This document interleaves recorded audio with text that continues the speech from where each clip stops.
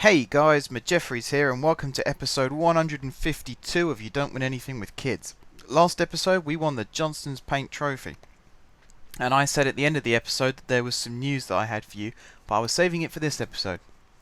And that news is, let me go through to this. See here, Jeffries Arena at Goslin Sports Village. We are back home, people. Stamford Bridge is no longer our stadium, although it probably will be next year when we get expanded again. But for now, it is no longer our stadium. We are back where we belong. And I'm thrilled with that because I miss this stadium. We're going to see what it looks like in a second, but I really do miss it when we're not playing there. It is a fantastic stadium. What the hell? Oh, is it on here? I did. Yeah. Right, changes to the team. You can see I'm making a few already. We're going to put... where's he gone? Where is he? There. Hughes at left back. It's not his favourite position, but we need someone to play there. And then we need two wingers. We've got... Who have we got? We got Marshall, who can play down the left. And we have got Carino, who can play down the right. I'm also going to put... Who have we got on our bench? Pugliese. I'm going to take out Pugliese. I'm going to put Saville in that place. Because I've also extended Saville's contract, and I've also given Mantum a new deal, as well as McConnor. So we'll celebrate those two by putting them in the starting lineup together, and Saville on the bench. We can't put Drewson in because he's on international duty. However, we can put Bobo. Although, do I want to put Bobo in? If I do, it'll be there. I think I might do that, actually. And then, can I put Marshall on the bench? I think I'm going to leave Johnston on the bench. We need another sub. A midfield sub. Who have we got? We got Delamond. Put him there.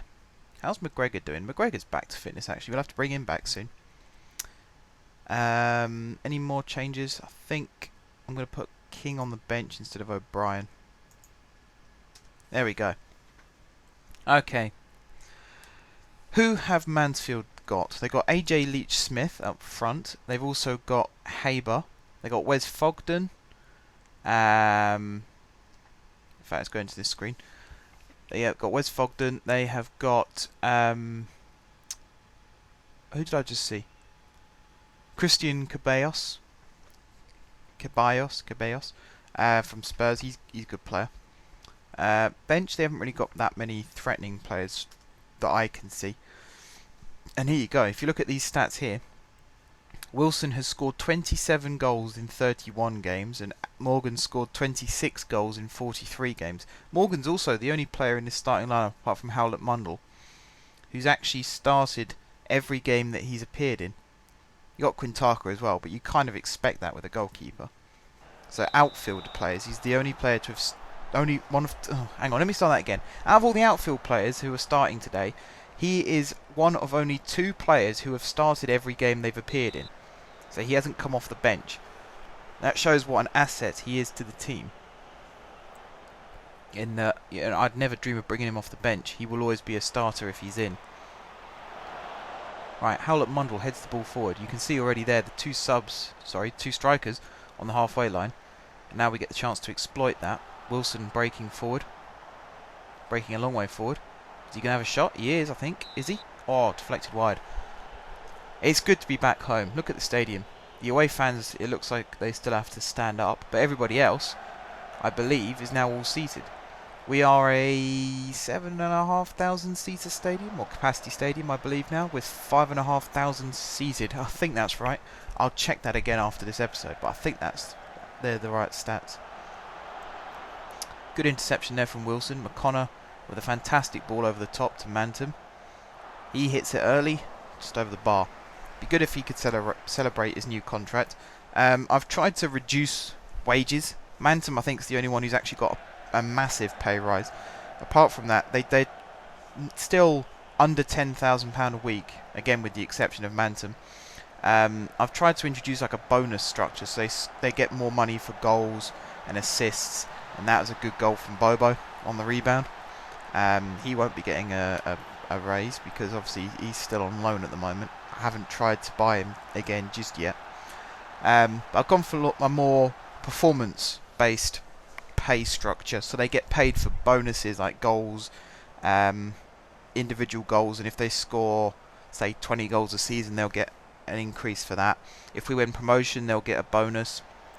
If we don't get relegated, so I suppose anytime you get promoted, you're obviously not relegated, so I think both those bonuses are combined.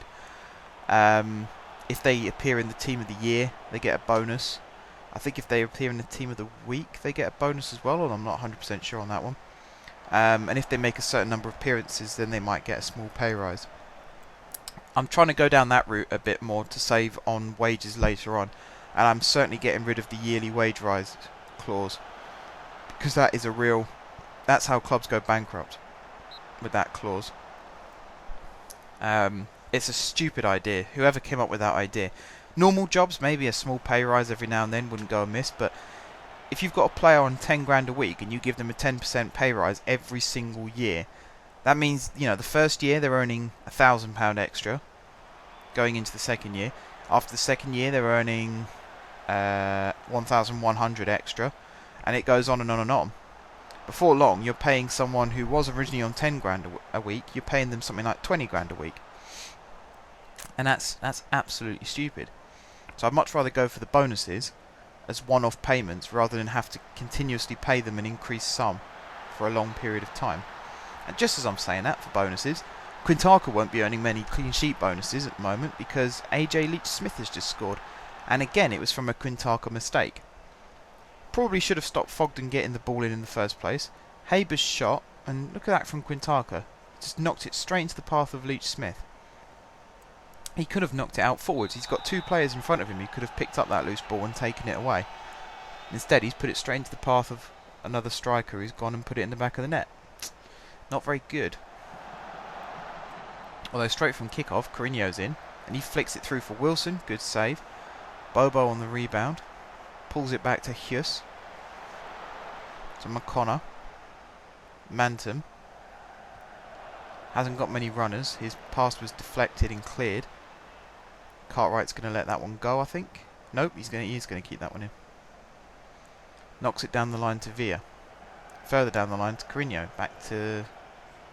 don't know who that was aimed at, but it was very easy to intercept. I think that was meant to be for Mantum. Carino with the interception though, did well to win it back. Morgan through for Wilson. He's got Mantum running. And Carino. And Villa now, who can swing this one in. Takes a touch, takes two touches, pulls it back. Not a good ball. McConnor does pick it up though. Hughes into Bobo. Wrapped it around the keeper, but the offside flag was up. I had a feeling Bobo was offside there. It looked too easy. Still good play down that left-hand side. Good performance. It's a shame that we haven't kept a clean sheet again, but in terms of creating chances, we're doing okay. We're creating a fair share. We're certainly keeping ourselves on the ball as and when we can. We're doing alright. It's not the worst performance I've ever seen from us, that's for sure. Right, who's on this corner? Wilson, I believe. I think. 21, yeah, Wilson. And he does swing it in. Morgan went for the header. It's another corner. Wilson again. Well, I'm not a big fan of Wilson's corners. I do prefer Villa's, in all honesty. Wilson tends to hit them quite flat, as you see there. McConnor knocks it back across to Bobo. Shot blocked. Carino's left it for Wilson. To McConnor. Laid it off to Villa. To Mantum. Back to McConnor. Across to Hughes. Exchanges passes with McConnor and fires straight at the keeper Lee Barrett. Again, good patient build up, not such a good end product. I'd like to see us challenging the keeper a bit more, forcing him into giving away corners and things like that. Quintana seemed quite happy to let that one bounce off the crossbar. I hope he knew where that was going, hadn't just given up on it. We have got a counter-attacking opportunity now though. Villa finds Bobo, back through to Villa. Bobo's continued his run and is found. And does he want a throw-in or a corner? Throw-in. 1 minute of injury time at the end of this first half. We've done okay. We've done okay. I'd like to see us push more, press more, get more shots in. We've had 6 shots on target in that first half, so I've had a fair share.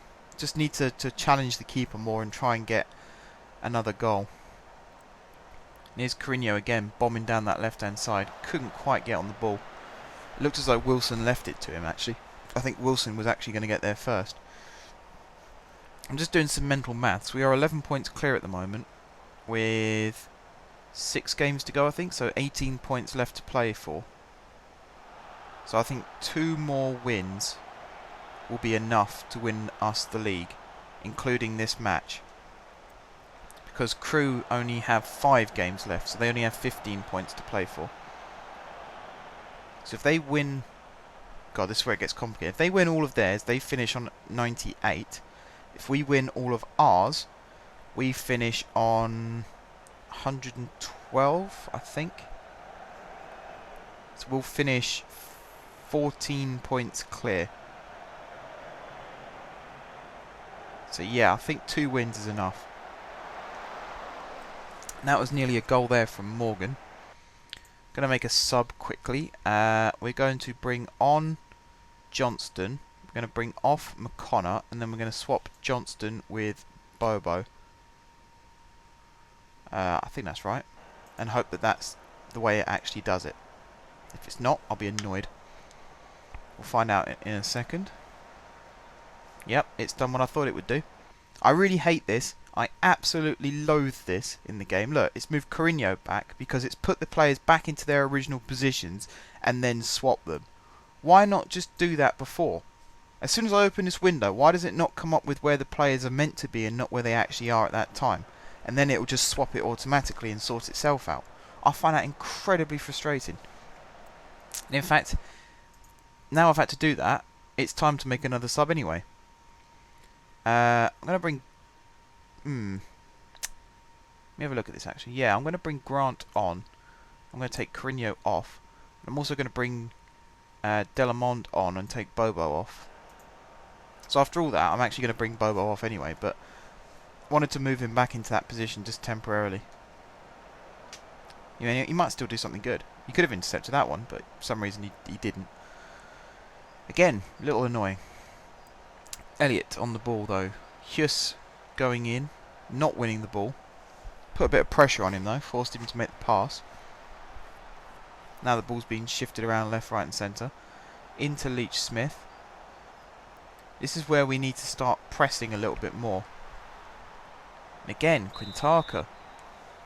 Offside flag against Leach Smith, but Quintaka with another faux pas. Just palming the ball straight up in the air. It could have easily fallen to Leach Smith and he could have been onside and had a shot on goal. We're really pushing our luck here. Hughes doing just enough there, stretching to win that one. Needs to get back and tackle Elliott here now though. In fact, Haber gets the header and there you go, we're 2-1 down. That is absolute dross. That is so poor. Hughes caught out position in the first place when that initial pass was played over the top. Managed to win the header, but in doing so gave it straight to Haber again, who just knocked it out wide, carried on his run, no one challenging him in the box, and that was it. Goal.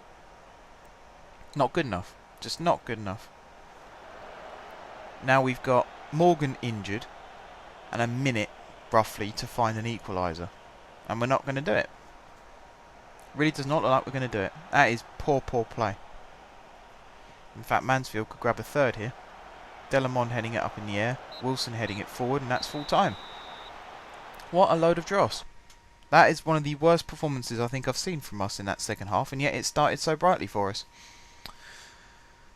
So now we're 10 points clear. I still think 2 wins can do it. Or maybe even a win and a draw. But we should have done a lot better there.